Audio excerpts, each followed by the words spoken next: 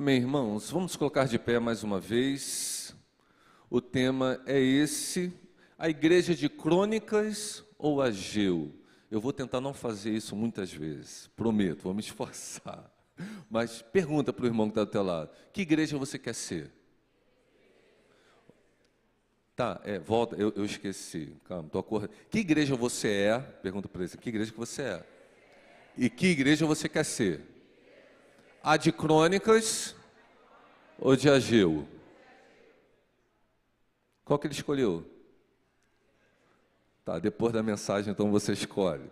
Eu quero ler 3 textos, tá? Hoje a gente vai ler bastante a Bíblia.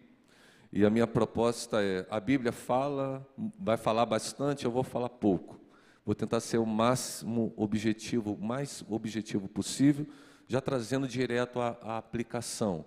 E depois a gente vai orar pedindo quebrantamento e avivamento da parte de Deus. Quantos querem ser avivados pelo Senhor hoje? Amém? Primeiro texto, 2 Crônicas, capítulo 5, versículos 13 e 14.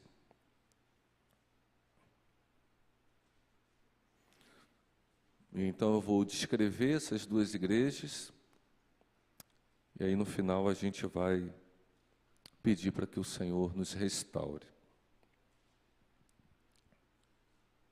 2 Crônicas, quem está com dificuldade, logo depois de 1 Crônicas. Horrível essa, né? Hora ruim, de piada ruim, né? De manhã, ninguém está com humor para isso, e está lá o pastor não.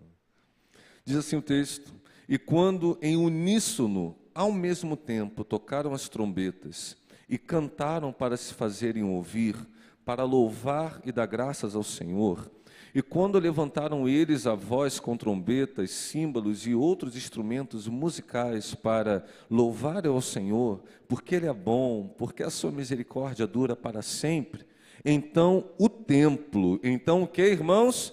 O templo, a saber, a casa do Senhor se encheu de uma nuvem, de maneira que os sacerdotes não puderam permanecer ali para ministrar, por causa da nuvem. Leia agora comigo: porque a glória do Senhor encheu a casa de Deus. Mais uma vez: porque a glória do Senhor encheu.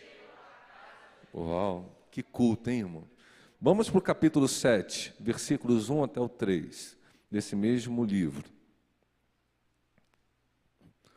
Quando Salomão acabou de orar, então note, teve louvor, depois teve o quê? A mesma coisa que nós fizemos aqui, porque culto é isso, é cantar ao Senhor e orar ao Senhor. Amém ou não amém? Então, quando Salomão acabou de orar, o que aconteceu? Desceu fogo da onde?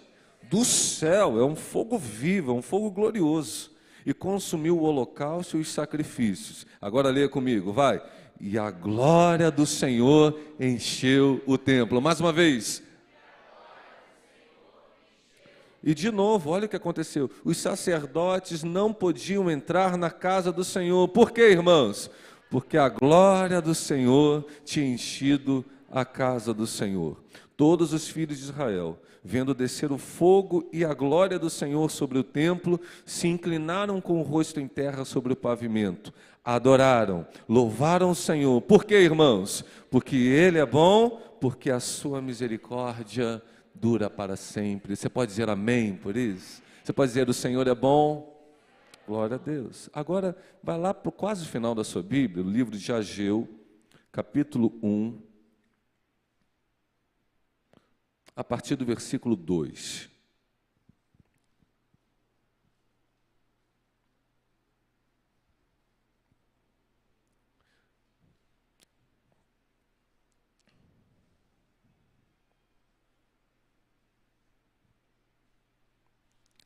Quem achou, diga amém. Quem não achou, diga misericórdia. Misericórdia, Senhor. Ó, vou ensinar uma musiquinha para vocês decorarem o livro da Bíblia. Posso não?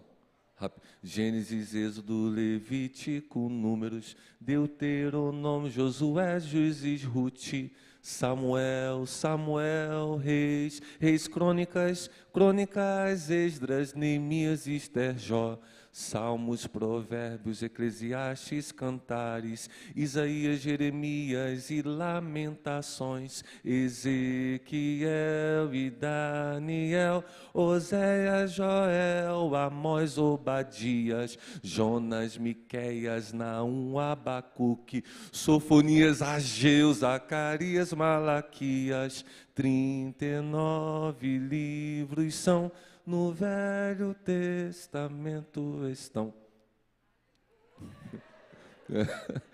Isso aí eu aprendi quando eu era criança, tá bom? Então, qualquer coisa, você abre Mateus, Malaquias, vai voltando, que você vai achar Ageu mais rápido. E diz assim o texto em Ageu, versículo 2. Assim diz o Senhor dos Exércitos, este povo diz, ainda não chegou o tempo em que a casa do Senhor deve ser reconstruída. Por isso, a palavra do Senhor veio por meio do profeta Ageu, dizendo, acaso é tempo de vocês morarem em casas luxuosas, enquanto este templo permanece em quê? Em ruínas. Nós acabamos de ler um templo que estava cheio de glória. Agora esse mesmo templo está cheio de ruínas. E Deus está falando, como que vai ser? Versículo 5. Portanto, assim diz o Senhor dos Exércitos, considerem o que tem acontecido com vocês, considerem. Vocês semearam muito e colheram pouco. Comem, mas isso não chega a matar a fome. Bebem, mas isso não dá para ficarem satisfeitos. Põem roupa, mas ninguém se aquece. E o que recebe salário, recebe para colocá-lo numa sacola furada. Assim diz o Senhor dos Exércitos, considerem o que tem acontecido com vocês. Vão até o monte, tragam madeira, reconstruam o templo. Diga mais uma vez comigo, repita comigo. Reconstrua o templo. Dele me agradarei e serei glorificado, diz o Senhor. Pausa dramática, a primeira da manhã. Vamos orar, irmãos? Pai, fala conosco nessa manhã. Nós desejamos a Tua presença e a Tua glória. Nos ensina que o Teu Espírito tenha plena liberdade de nos corrigir, de nos levantar, de nos exortar, de nos edificar, de nos consolar, de nos impulsionar a viver uma vida cheia da Tua glória e da Tua presença. Ah, Deus, nos desperta nessa manhã, nos fortalece.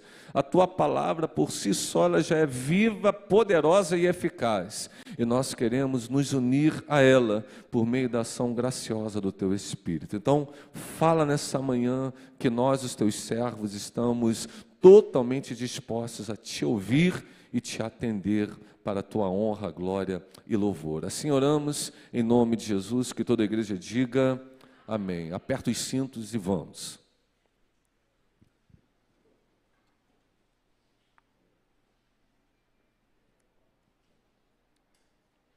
Irmãos, cerca de 500 anos separam esses dois textos que nós acabamos de ler. 5 séculos. É o mesmo povo, é o mesmo Deus, é a mesma igreja, mas 2 gerações diferentes e 2 comportamentos completamente diferentes. Você vê a mesma casa, em um momento cheio da glória de Deus, e a mesma casa depois cheia de ruínas.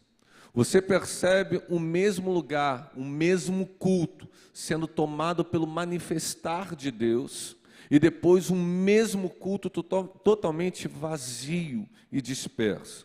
É a mesma casa, o mesmo lugar, o mesmo povo, o mesmo Deus, mas uma realidade completamente diferente. E eu queria perguntar de novo agora para os irmãos, que igreja nós somos hoje? Se você pudesse definir você, e se você pudesse definir a nossa igreja, e se você pudesse definir a igreja brasileira como um todo, que igreja nós somos hoje? Nós somos a igreja de Crônicas, um lugar onde a glória de Deus está tão forte, tão tremenda, que nada mais é necessário, nem mesmo o pastor pregar, nem mesmo o ministro de louvor cantar, porque não precisa, porque quando a glória de Deus nos toma, nada mais é necessário. A gente entra numa dimensão de contemplação, de satisfação tremenda, porque Ele é suficiente. Somos hoje, a sua vida é uma igreja de crônicas. Quando você abre a Bíblia, você já consegue perceber a presença de Deus. Quando você começa a orar, você já percebe o céu baixinho, como a gente fala hoje. Quando o culto começa, você já percebe um ambiente diferente. Ou talvez, essa mesma pessoa, diante desse mesmo Deus, realizando o mesmo culto, estejamos como a igreja do tempo de Ageu, cheia de ruínas, cheia de brechas, cheia de coisas mornas e frias, e precisando ser levantado. Eu quero voltar para a igreja de Crônicas e fazer os irmãos entender o que fez com que a glória de Deus enchesse a casa de Deus. Quais foram os passos, qual foi a jornada para que a glória de Deus viesse sobre aquela igreja? Porque Deus não desperdiça a glória. Deus não desperdiça, Deus não é um Deus de desperdício. Se Deus vai manifestar algo a alguém, é porque essa pessoa está preparada. Quantos estão preparados para receber a glória de Deus hoje? Quantos desejam a glória de Deus? Então eu quero entender o que faz com que a glória de Deus venha sobre a igreja. Então eu peço que você abra sua Bíblia em 1 Crônicas, capítulo 29, versículos 13 até 18. Então eu falei de 5 etapas. Então a primeira delas é engajamento. Diga comigo. Eu não ouvi? Olha como esse povo estava engajado com a casa de Deus. A gente já leu esse texto aqui em momentos de ofertório e eu vou reler para os irmãos. Davi está orando assim: agora, nosso Deus, graças te damos e louvamos o teu glorioso nome, porque quem sou eu, quem é o meu povo, para que pudéssemos dar voluntariamente essas coisas? Porque tudo vem de ti e nós só damos o que vem das tuas mãos, porque somos estrangeiros e peregrinos. Os nossos dias sobre a terra são como sombra, não temos permanência. Senhor nosso Deus, toda esta abundância que preparamos para edificar o que, irmãos?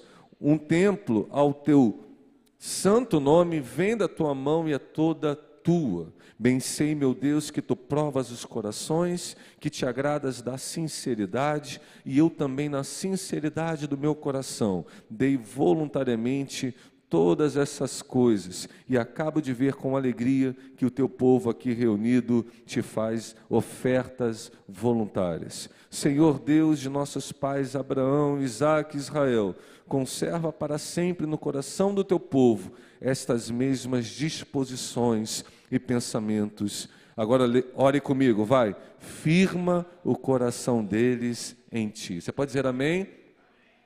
O texto que a gente leu inicialmente, o templo está sendo inaugurado. É o primeiro culto desse templo. Aqui eu estou fazendo os irmãos lerem a preparação. Não existia templo, mas o templo já estava onde?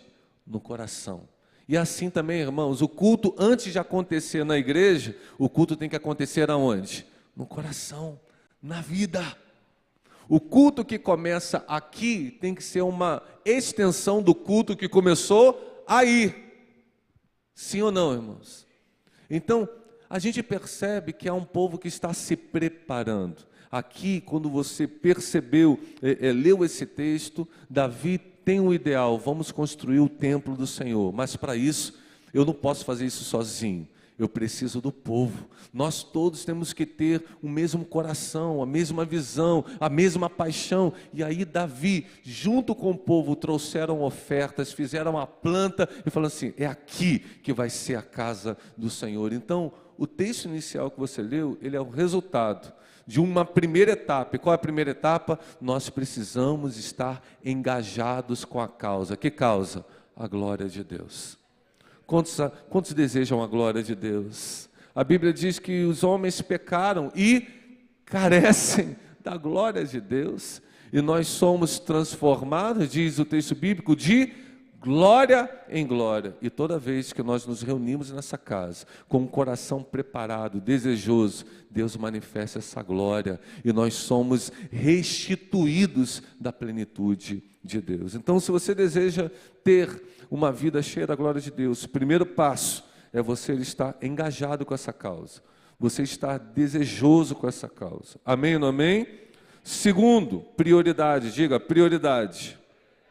Segundo Crônicas, capítulo 2, a partir do versículo 1, tem bastante texto, aí você acompanha no telão, tá bom? Se quiser, você só anota, principalmente a irmã Rosana, que gosta de anotar tudo, anota, aí lê em casa, fica de dever de casa. Eu quero ser o máximo objetivo possível. Olha o que diz o texto bíblico: Salomão resolveu edificar o templo ao nome do Senhor. Vamos ler todos juntos? Vai.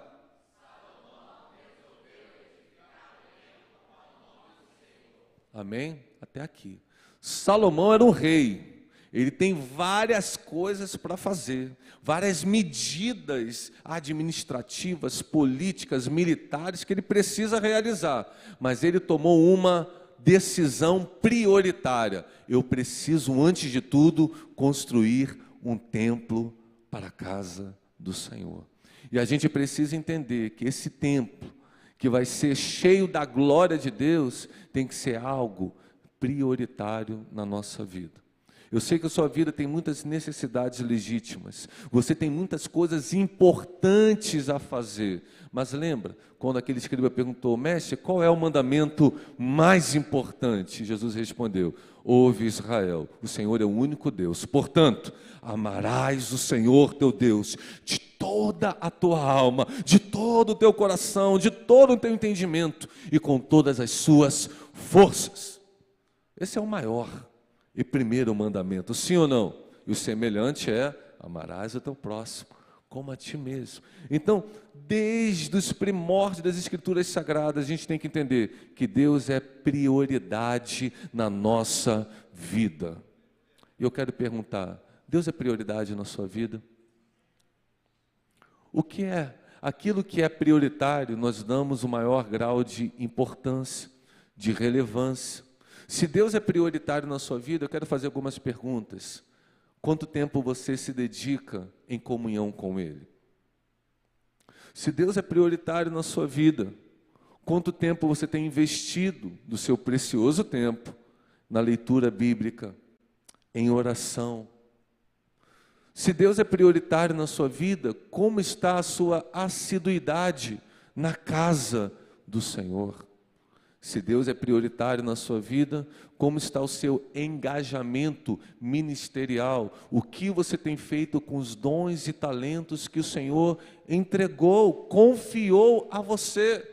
Tem usado apenas para benefício próprio?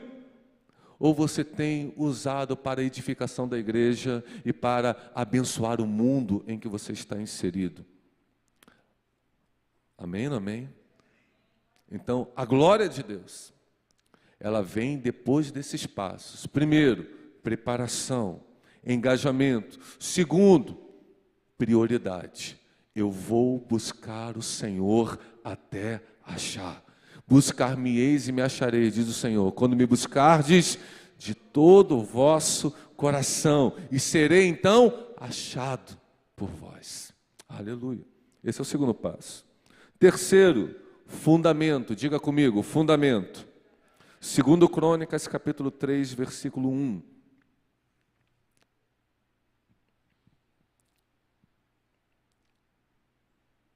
Olha o que vai dizer. Salomão, então, começou a edificar a casa do Senhor. Rapidinho, a gente vai continuar lendo. Olha aqui para mim. A gente acabou de ler um texto que Salomão resolveu edificar, sim ou não? Agora você está lendo o quê? Salomão, então, começou, porque já dizia minha vozinha, Guilherme, de boas intenções. Você conhece essa frase também, né? Então, muitos têm boas intenções. Eu vou buscar o Senhor. Só não busca. Ele sabe que precisa estar cheio da presença de Deus. Só não busca. Só não vai. Então, você percebe em Salomão uma iniciativa e uma, entre aspas, acabativa. Não existe essa palavra não, tá? Tudo bem. Mas ele inicia e ele conclui. ele está realmente resoluto em executar aquilo que ele planejou. Você sabe, o Espírito Santo tem te incomodado. Ei, tem mais, vem, me busca. O Espírito Santo tem incomodado irmãos aqui, tem incomodado pessoas aqui, eu sei.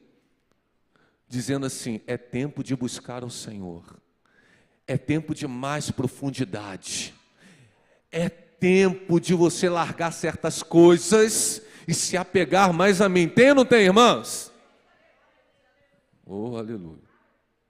Agora, você, debaixo desse incômodo, debaixo dessa percepção, consciência, debaixo dessa decisão, o que você tem que fazer? Fazer. Começar a fazer. E é isso que Salomão nos ensina. Salomão começou a edificar a casa do Senhor aonde? Em Jerusalém, no Monte Moriá, onde o Senhor havia aparecido a Davi, seu pai, lugar que Davi tinha designado na ilha de Ornã, o Jebuseu. Leia o texto comigo para você pensar nesse texto, vai.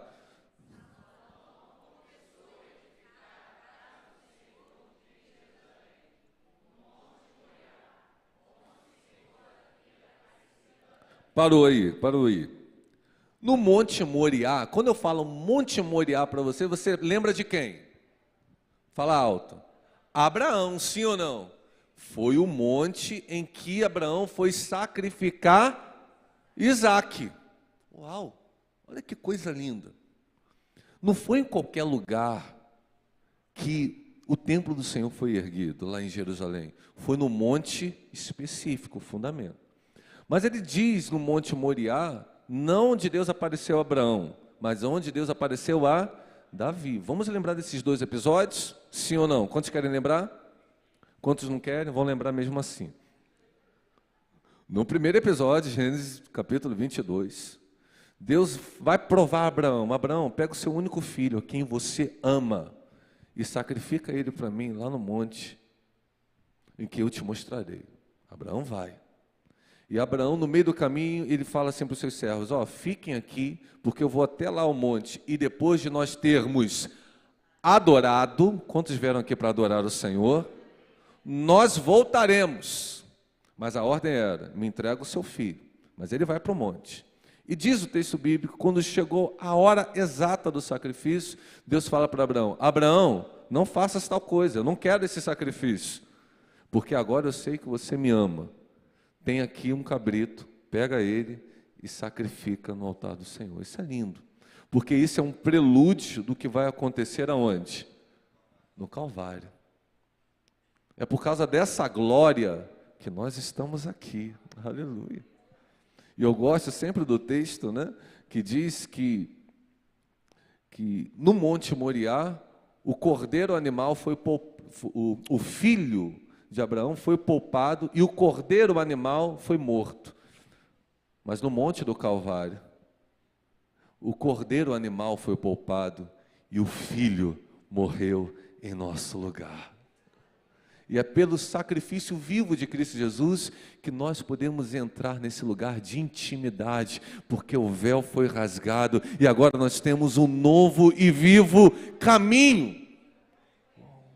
Tudo isso já estava planejado para que o templo da glória do Senhor não fosse em qualquer lugar, vai ser no Monte Moriá. Mas então, Monte Moriá nos lembra um lugar de revelação, Mas ele vai correlacionar o Monte Moriá com o lugar onde Deus apareceu a quem? A Davi. E aqui já é um episódio onde Davi tinha pecado contra o Senhor e Deus estava castigando o povo. Então Davi tinha que oferecer um sacrifício ao Senhor para que essa praga pudesse ser exterminada no povo de Israel. Então ele vai até lá, a ira de Ornã, tá bom? E ele oferece um sacrifício ao Senhor. E naquele lugar o anjo do Senhor cessa a praga. Então Davi falou assim, é nesse lugar onde Deus poupa, onde Deus atende o clamor, onde Deus se torna favorável ao seu povo, que nós vamos erguer o templo do Senhor.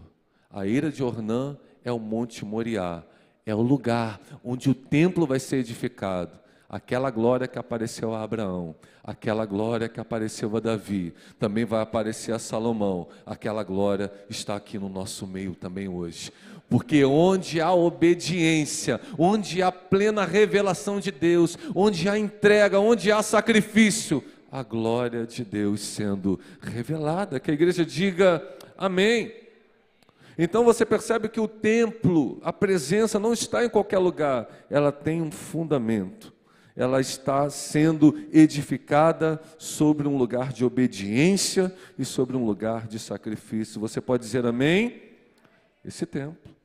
Quarto ponto, valorização da presença. Diga, valorização da presença. 2 Crônicas, capítulo 5, a partir do versículo 4. Olha o que vai dizer.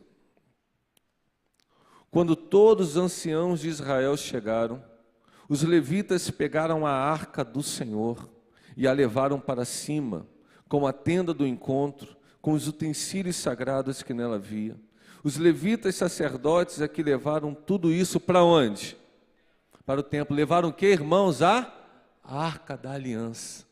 A gente já teve várias pregações aqui sobre a arca, era o símbolo máximo da presença e da glória de Deus. Eles pegam tudo aquilo e colocam aonde? No templo. O que há de mais precioso, o que é de mais valioso, eles colocam no lugar mais íntimo do templo. Versículo 6, o rei Salomão e toda a congregação de Israel, que se havia reunido diante dele, estavam todos aonde? Diante da arca, sacrificando ovelhas e bois que de tão numerosos não se podiam contar. Os sacerdotes puseram a arca da aliança do Senhor no seu lugar. Diga isso comigo, a arca da aliança no seu lugar, no santuário mais interior do templo, que é aonde, irmãos? O Santo dos Santos. É maravilhoso esse texto, porque a arca é o símbolo da glória de Deus. Mas essa mesma arca havia sido profanada e havia ido, eu preguei isso na quarta-feira retrasada, os filhos de Eli perderam a arca e a arca vai ficar lá na casa de Dagon, os filisteus depois vão devolver e a arca vai ficar esquecida lá na casa de Abinadab. Por anos, a Bíblia vai dizer 20 anos, mas talvez tenha sido muito mais. E a Davi que vai trazer a arca para Jerusalém. E agora Salomão falou assim, essa arca, essa presença, esse símbolo da glória de Deus, não vai ficar numa tenda apenas, não vai ficar num tabernáculo improvisado, não. A gente vai trazer para o templo, a gente vai colocá-la no santo dos santos, a gente vai valorizar a presença do Senhor. Eu quero perguntar, como que você valoriza a presença de Deus?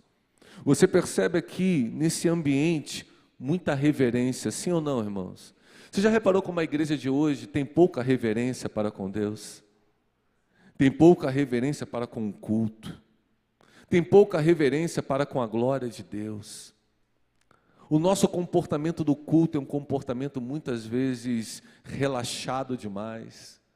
Você percebe aqui todas as pessoas com um nível de reverência, de temor, de solenidade para com a glória de Deus. Eles pegam a arca e têm o cuidado de colocar onde ela deve ser colocada, no lugar mais sublime do templo. Que a presença de Deus também esteja no lugar mais importante e mais sublime da sua vida. Não negocie a presença de Deus. Posso ouvir um amém? Quinto ponto, posicionamento. Diga, posicionamento. 2 Crônicas, capítulo 5, versículos 11 ao 14.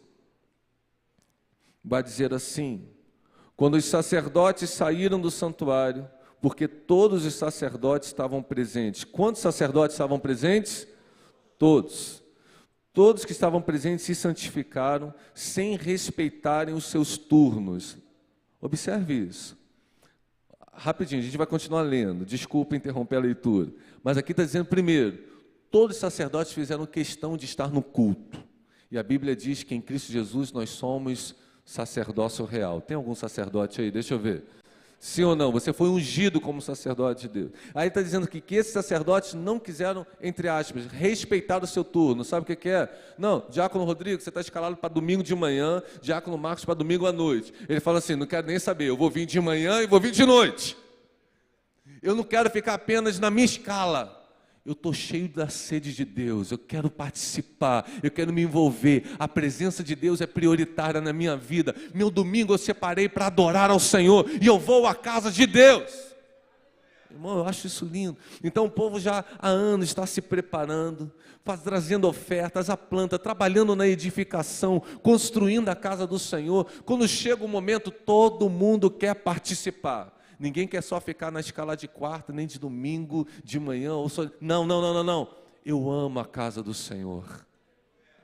Aquele coração que Davi tinha, uma coisa pedirei ao Senhor e a buscarei. O que, irmãos? Que eu possa morar na casa do Senhor todos os dias da minha vida. Você percebe isso no coração de Davi? Davi, quando vai falar do Senhor é o meu pastor, como que ele vai terminar o salmo? Depois de tudo que ele falar do cuidado de Deus: e habitarei na casa do Senhor para sempre. A casa do Senhor, a presença de Deus, era algo que movia Davi. É algo que deve mover a nós também. Posso ouvir um amém? E a gente percebe hoje, na geração de Ageu, esse pouco apego à casa de Deus. Eles ainda creem em Deus, eles ainda seguem ao Senhor, mas não têm compromisso com a casa de Deus. E é por isso que o nível de glória diminui. Amém ou não amém? Mas você percebe aqui os sacerdotes se santificando. E aí, como que vai terminar isso? Você leu. Versículos 13 e 14, eles começaram a cantar ao Senhor, começaram a louvar e dar graças a Deus. Aí no versículo 14, de maneira que eles nem conseguiram permanecer ali para ministrar por causa da nuvem. Agora leia comigo: porque a glória do Senhor encheu a casa. Você pode levantar a sua mão comigo e dizer que a glória do Senhor encha a sua casa nessa manhã. Que a glória do Senhor encha a minha vida nessa manhã. Então você percebeu que a preparação, a prioridade, o engajamento, a posição levaram para este momento. Se você deseja que essa oração seja verdade, seja respondida na sua vida, valorize a presença. Fala isso para o irmão que está do teu lado: valorize a presença. Valorize a presença. Glórias a Deus. Então você percebe um Deus respondendo ao seu povo. E aí a glória de Deus está no meio da igreja. Só que aí, já dizia a propaganda do Bamerinos: o tempo passa. Que isso, irmão João? Esqueceu dessa? Essa é do teu tempo. O tempo passa, o tempo voa. E o tempo ele pode ter dois propósitos, ele pode ter dois resultados. O tempo ele pode consolidar o que a gente já tem, ou o tempo pode trazer aquela rotina enfadonha, sabe como que é? Você fica cansado, você começa a entrar no automático, e parece que essa igreja começou a viver isso. O tempo foi passando, e em vez do nível de glória aumentar, o nível da presença aumentar, o nível da presença foi diminuindo, porque esse povo foi se acostumando, esse povo foi entrando numa rotina. E como é perigoso a gente deixar que o tempo nos mine o brilho da glória de Deus, a paixão pela glória de Deus, o amor pela presença de Deus. Irmãos, que o tempo na vida de vocês possa ser tão somente para trazer mais maturidade, maior crescimento. Posso ouvir um amém? Porque os anos se passaram, muita coisa aconteceu aqui no meio do povo de Israel, no povo de Judá. Vocês sabem que veio o Império Babilônico, arrasou com o templo, levou o povo cativo, 70 anos de cativeiro. Agora esse povo está de volta. Aleluia! E agora aquele templo está lá, destruído. Esse mesmo templo em que a glória de Deus havia morado. Agora aquele templo está destruído. E o que eles têm que fazer? Tem que reconstruir. Eu não sei você. Às vezes reconstruir é mais difícil do que construir. É ou não é? Uma coisa é você pegar uma obra do zero, outra coisa é você pegar uma obra já feita, aí você começa, ih, rapaz, essa elétrica está toda ruim, ih, essa hidráulica tem que refazer, ih, começa a aparecer um monte de BO, é assim ou não é? É, o povo, não é, irmão Pedro? E aí o povo de Judá padeceu com isso, porque reconstruir é difícil. Por isso que eu sempre aconselho, melhor é não cair. Mas se cair, não ficará prostrado, porque o Deus que começa é o mesmo Deus que conclui. Porque a Bíblia diz que aquele que começou a boa obra é fiel para completar. É mais difícil? É, mas para Deus não há impossíveis. Mas ainda assim eu quero gastar 5 minutos para explicar qual é o contexto da igreja de Ageu, do tempo de Ageu. Como que eles estão se comportando e por que a glória não está visitando esse povo? Primeiro, desprezo pela obra de Deus. Fala para mim. Ageu capítulo 1, versículo 2. Assim diz o Senhor dos exércitos. Esse povo diz, fala comigo, vai. Ainda não chegou, que tempo?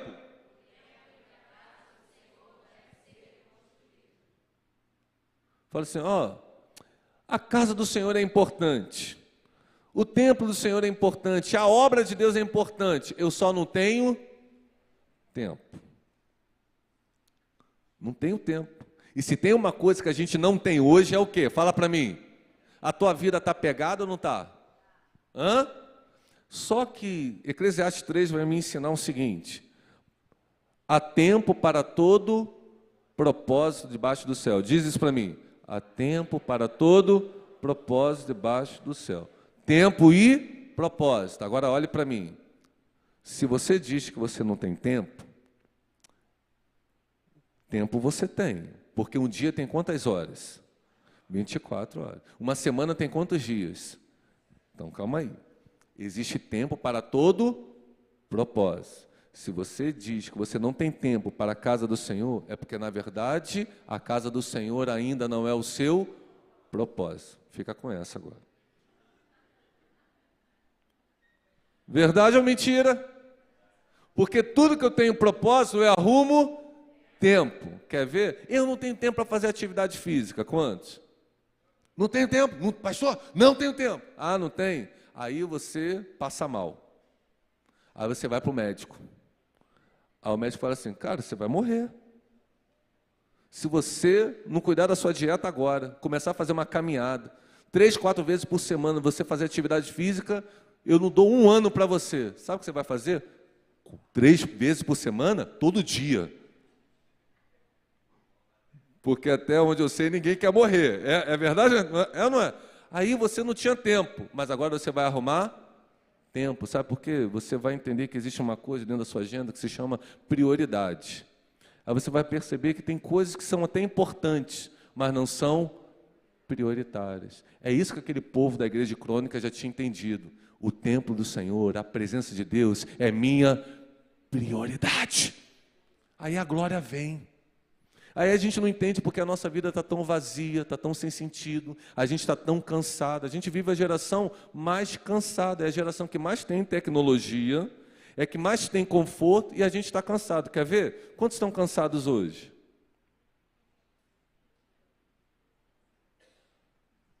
O que foi, Bruno? Eu vivo cansado. As 2 mãos mais o pé. A gente dorme e já acorda como? Cansado. A vida está corrida e parece que a gente está vivendo o tempo de Eclesiastes. Vaidade, correr atrás do vento, que a gente corre e nunca chega. Parece que está correndo na esteira. É assim que está o povo de Ageu. Um desprezo pela obra de Deus. Porque cada um está falando assim, não é o tempo. Eu entendo, eu tenho que fazer a obra de Deus, eu só não tenho tempo. Ponto 2. Egoísmo e materialismo. Diga para mim, vai. Versículo 4. Olha o que Deus vai perguntar para o povo. Acaso é tempo de vocês morarem em casas luxuosas, enquanto este templo permanece em ruínas? Aí alguém vai falar assim para mim: pastor, vai lá em casa, esse texto não é para mim. Isso deve estar descrevendo a casa do pastor Érico, a minha não. Minha casa não é luxuosa, né? Mas calma, aqui há um contexto de uma aristocracia que está crescendo, de fato, sob abusos econômicos, mas aqui Deus está fazendo um contraste. O templo está em ruínas e está aparecendo ali umas construções, ainda que fossem menores, casas dignas, boas, mas quando você entra na igreja, a igreja está destruída, um caos, nada está funcionando. É como se você entrasse aqui e tivesse cheio de reboco, tivesse fio aparecendo, aquelas coisas todas. A casa está em ruínas. Por quê? Porque ninguém está interessado na obra do Senhor, mas está todo mundo correndo atrás das suas próprias casas. E Deus está falando: olha, vocês estão vivendo para si mesmo. A prioridade de vocês está invertida. Por isso que Jesus vai falar: qual é a prioridade? Buscai, pois, em primeiro lugar o quê? O reino de Deus e a sua justiça serão acrescentadas. E hoje o que o povo faz? Corre primeiro atrás das demais coisas e esquece o reino. Aí não alcança nem o reino e não consegue nem as coisas. Experimenta inverter hoje. Busca a Deus em primeiro lugar. Buscar as coisas da tua casa é importante, irmão. A gente tem que trabalhar, tem que botar pão na mesa, tem que trabalhar, tem que estudar, tem que ralar. A Bíblia fala sobre trabalho. O que eu estou falando é: você não pode colocar a sua vida como prioritária. Busca a Deus, porque Ele é a fonte da vida. Ele é a fonte da bênção. Tudo vem das mãos do Senhor. Quem agrada ao Senhor e busca o Senhor em primeiro lugar, as demais coisas são acrescentadas. Porque Ele é fiel para cumprir o que Ele fala. Esse povo esqueceu disso e está vivendo um egoísmo materialista. Fala para mim, a geração de hoje não é uma geração materialista? Irmãos, é só a gente botar uma campanha forte de prosperidade nas igrejas. As igrejas fazem assim, ó, lotam. Porque não é que a gente queira a glória de Deus, a gente quer as bênçãos da prosperidade. A gente quer usar Deus como meio, a gente não quer Deus como o fim da nossa vida, o propósito da nossa vida.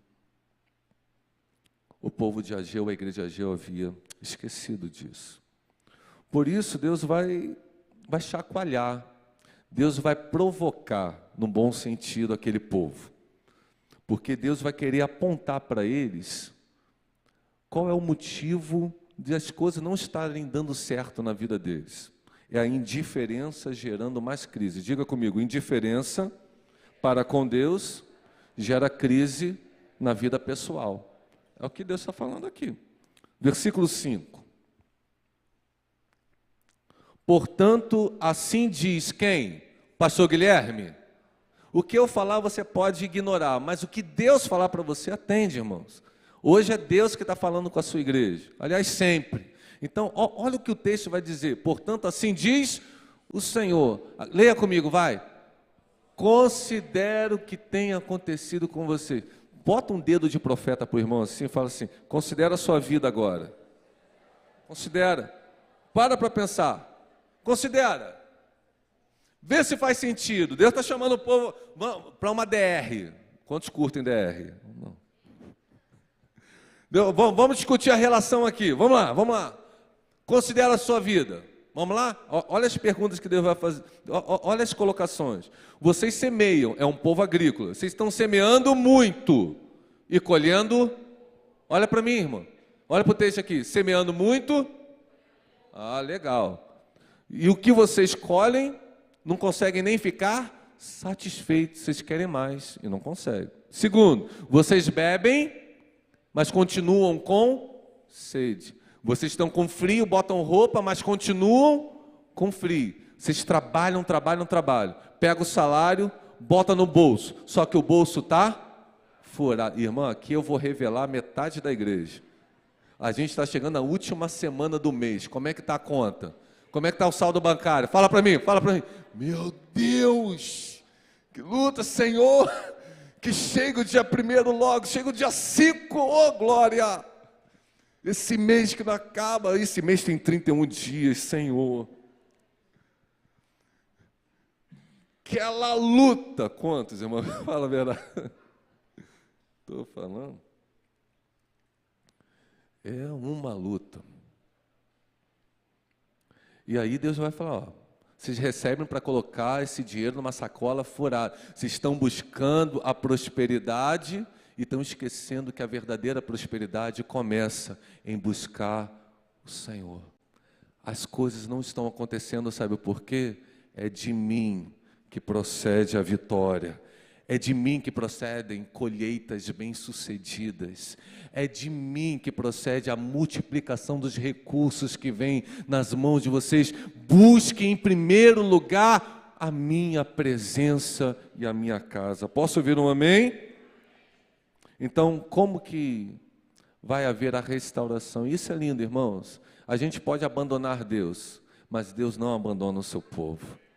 Sabe por que Deus está trazendo essa palavra aqui? Eu poderia estar trazendo muitas outras palavras, mas desde o início do culto, desde os louvores, o contexto é fome, sede de Deus, busca pela glória de Deus. Deus está chamando o seu povo, eu estou com saudade, eu quero avivar vocês, eu quero trazer um novo tempo de restituição, de glória nova sobre vocês. Vocês querem? Então tem um caminho para a restauração, e com isso eu encerro. Primeiro passo, atender e despertar. Diga para mim. Tem gente bocejando, então vamos falar de novo. Atender e despertar. Nem vou dizer que foi o Wilson para ele não ficar sem graça. Atender e despertar. Primeiro passo da restauração. Você quer? Então você tem que atender. Porque uma coisa é Deus chamar, outra coisa é você atender. Uma coisa é Deus convocar, outra coisa é você se levantar e ir. E olha o que vai dizer o texto, Ageu capítulo 1, versículo 12 até o 14. Então Zorobabel, filho de Salatiel, e Josué, filho de Josadaque, o sumo sacerdote, e também todo o remanescente do povo, o que eles fizeram? Atenderam a quem? A voz do Senhor, seu Deus, e as palavras do profeta Ageu, as quais o Senhor, seu Deus, havia ordenado que ele dissesse. E o povo temeu diante do Senhor. E essa é uma dúvida que às vezes eu tenho. Posso abrir meu coração? Estou pregando uma palavra dessa, de despertamento, de prioridade pela presença de Deus. Às vezes fico na dúvida, será que essa palavra traz temor à igreja de hoje? Ou a igreja continua indiferente e vivendo as suas vidas de qualquer maneira, e correndo atrás do vento ainda? Quando Deus fala, a gente tem que ter essa disposição, atender. Aquela disposição de Samuel, fala que o teu servo ouve. Atender a voz e temer a voz de Deus. Versículo 13. Então Ageu, o enviado do Senhor, falou ao povo, segundo a mensagem do Senhor, dizendo... Fala isso para o irmão que está ao teu lado, o Senhor está com você. Anima-te, vai, o Senhor está com você. Anima-te. Você é vacilão, mas Deus está com você. Você não quer nada com a hora do Brasil, mas Deus quer tudo com você. Vamos embora. Deus é misericordioso, Deus é amoroso. Aí olha o que vai acontecer no versículo 14.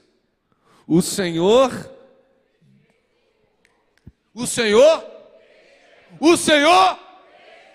atender e despertar. Aí, ó, quando a gente atende, algo acontece dentro de nós. Se você ouvir e não atender, vai continuar do mesmo jeito, mas quando você atende, ouve, teme a voz do Senhor, ela te levanta.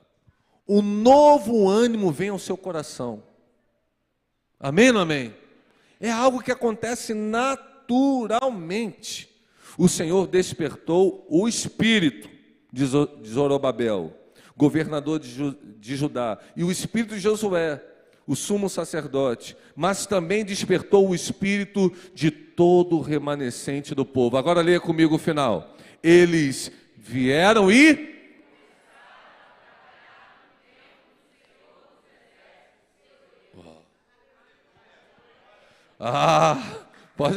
pode aplaudir. Opa! Estou vendo aqui um avivamento começar. Porque avivamento traz isso. traz esse interesse pela congregação, esse interesse pela obra de Deus. Algo começa a brotar dentro de nós, a gente já entende, não, eu tenho que trabalhar, eu tenho que estudar, ok, mas a minha vida tem que ser gasta com um propósito maior. Eu quero fazer diferença nesse tempo, eu quero ser um instrumento da glória de Deus. Eles começaram a reconstruir o templo. Glória a Deus. Mas não apenas isso, eles se fortaleceram e confiaram. Olha o que vai dizer em Ageu capítulo 2, versículo 1 até 5. Vamos para o versículo 2, para pular. Fale agora, vamos para o versículo 3, vai, economizar tempo. Olha o que Deus vai falar. Quem de vocês que tenha sobrevivido, contemplou esse templo na sua primeira glória? E eu estou falando aqui para irmãos que já viveram coisas extraordinárias, tempo extraordinário com Deus. Quantos podem se lembrar, assim, poxa, aquele tempo, aquele ano, aquela estação que eu vivi, foi um momento assim glorioso da minha vida? Quantos podem? É o que Deus está falando, desperta a sua memória. Vocês já viveram coisas gloriosas aqui nesse lugar. Aí Ele está falando assim, e agora, como que você está vendo esse tempo? Aí Deus vai falar assim, por acaso não é como nada aos olhos de vocês? E aí está havendo aqui aquela desesperança talvez no povo. Eu acho que eu nunca vou ser avivado como fui antes. Eu acho que eu nunca vou ser feliz como eu fui antes. Talvez os dias de glória ficaram aonde? No passado. Mas olha a palavra que Deus tem para mim e tem para você. Mas agora diz o Senhor, ei, seja forte, Josué, seja forte, e vocês, todo o povo da terra, sejam fortes, diz o Senhor, e além de serem fortes, façam o quê? Trabalhem, porque eu estou com vocês, diz o Senhor dos exércitos. Segundo a aliança que fiz com vocês quando saíram do Egito, olha o que Deus vai dizer, o meu Espírito habita no meio de vocês, não tenham medo. Aleluia! Coragem, se levantem, as coisas vão mudar, eu estou com vocês. Eu não estou falando essas coisas para envergonhar vocês, para destruir vocês, não. Eu quero restaurar vocês, eu quero levantar vocês, eu quero abençoar vocês. Então, sejam fortes, trabalhem. Eu vou abençoar o trabalho das mãos de vocês. À medida que o templo crescer, a glória também vai crescer na sua vida e as demais coisas serão acrescentadas. Como vai terminar esse texto? Versículos 6 até 9. Eu queria que você recebesse essa promessa de Deus hoje. Pois assim diz o Senhor dos Exércitos, daqui a pouco. Quando que vai ser, irmãos? Vai demorar não. Vai ser quando? Faz assim comigo, daqui a pouco. Daqui a pouco. Mais uma vez eu farei tremer o céu, a terra, o mar e a terra seca. Farei tremer todas as nações e serão trazidas coisas preciosas de todas as nações. E encherei esse templo. Esse templo de quê, irmãos? De glória. Quem é que está dizendo? O Senhor dos Exércitos. Versículo 8. Minha é a prata, meu é o ouro. Essas coisas que você busca lá fora estão nas minhas mãos. Busca a mim. Minha é a prata, meu é o ouro, diz o Senhor dos Exércitos. Versículo 9. A glória deste novo templo será maior do que a do primeiro, diz o Senhor dos Exércitos. E neste lugar eu darei a paz. A glória da segunda casa será maior que a da primeira. A glória da segunda casa será maior que a da primeira. A glória desse novo tempo será maior do que os tempos passados, porque o nosso Deus ainda é o mesmo. Aleluia! Se o meu povo que se chama pelo meu nome se humilhar e orar e me buscar, eu ouvirei do céu a sua oração, perdoarei os seus pecados e sararei a sua terra, e a minha glória será restituída à vida de vocês.